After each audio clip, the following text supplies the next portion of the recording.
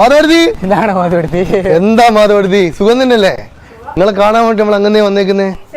അല്ല, ഭക്ഷണമൊക്കെ റെഡിയായോ? റെഡിയായി. ഇന്ന് എന്താ സ്പെഷ്യല്? സ്പെഷ്യലി കൂട്ടുകറി, പായസം ഉണ്ട്. എന്ത് പായസ?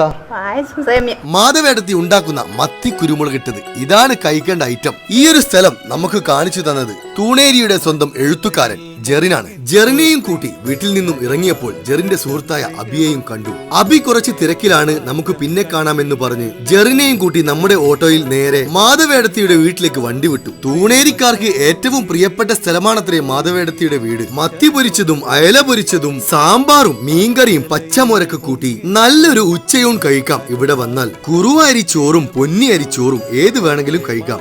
ഇന്ന് ഊണിന്റെ കൂടെ നല്ല കൂട്ടുകറിയും വറവും മാങ്ങാച്ചാറുമാണ് കിട്ടിയത്. സാമ്പാറും തേങ്ങ അരച്ച മീൻകറിയും വേറെ. മീൻ പൊരിച്ചത് വേണ്ടവർക്ക് അതുമുണ്ട്. നല്ല പുളിപ്പും എരിവുള്ള പച്ചമോര് വേണോ? ഇതൊക്കെ കഴിഞ്ഞാൽ അവസാനം നല്ലൊരു പായസമുണ്ട്. ഒന്നും നോക്കിയില്ല, പപ്പടം കൂട്ടി ഒരു പിടുത്തങ്ങ് പിടിച്ചു. കൂടെ ജെറിൻ തൂണേരി എഴുതിയ പാതിരാപ്പുള്ളു പുസ്തകവും. ജെറിന്റെ പുസ്തകം വാങ്ങി എല്ലാവരും ഒന്ന് ജെറിനെ സപ്പോർട്ട് ചെയ്യണേ.